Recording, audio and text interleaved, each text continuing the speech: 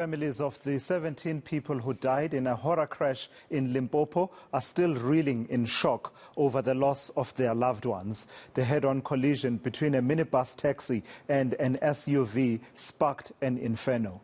DNA is being used to try to identify the bodies which were burnt beyond recognition.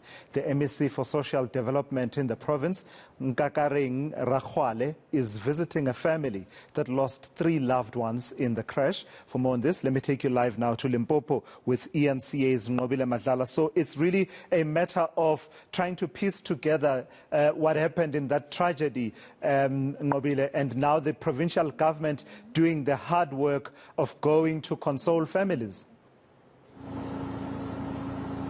Definitely, Tulas. In fact, when the MEC was speaking to the families inside, she was just saying that I know that you want answers. I don't have those answers right now.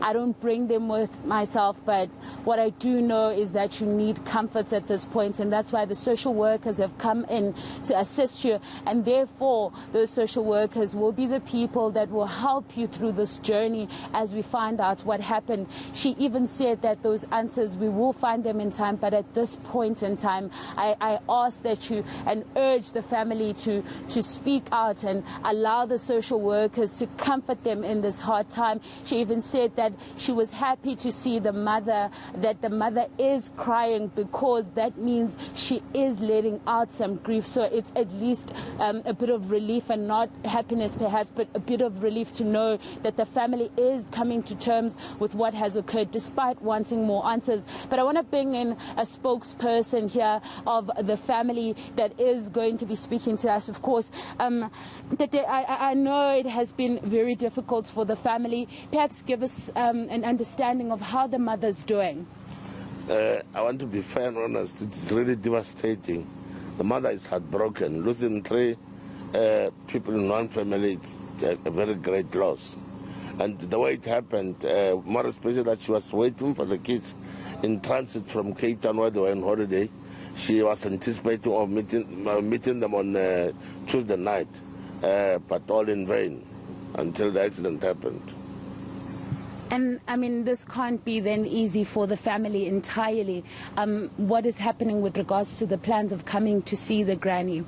Let me be fair and honest. After messages of consultations with our leaders in government, we advised, because fire was involved, it will take time before we can get closure.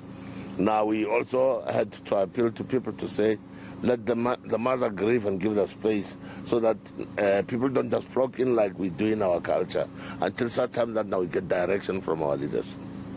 And tell us a bit about the 3 lives that were lost in the accident. Who are they? Yeah, the mother is Sina. She was born in 1988. And the daughter, it's Mashoto.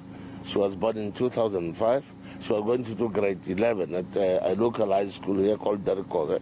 And the younger sister, Palesa, was going to do grade 6 at a local primary school here called Little Bedfordville. And is the social workers coming in and officials here, we saw some of the municipality officials coming in, is it helping in any way? I want to be fair and honest. After the arrival, something felt to be eased on our shoulders, because they were able to infiltrate the mother, talk to her, allow her to grieve. She must not just close her, because it might cause her some more difficulties when it comes to grieving. And lastly, sir, what is the way forward now? Let me be fair and honest. We are waiting for direction from our leaders in government, or after the forensics have completed their thing, then that we can have a way forward. What we are saying, we are also working hand in glove with our local councillor, who will then be facilitating some of the things, the needs that we have and everything. And until such time, we just hope everything is in the hands of the Lord God.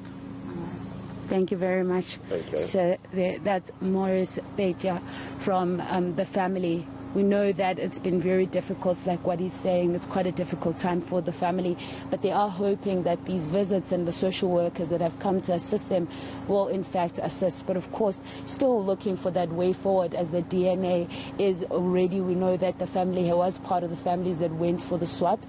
It was done by 4 p.m. yesterday, and so they are still waiting for that DNA process in order to find some of the remains of the 3 lives that were lost on the N1. All right, I've got to thank you for that. That's eNCA's Nqobile Madlala with that update. The family is really dealing with that situation, the tragic situation following that crash.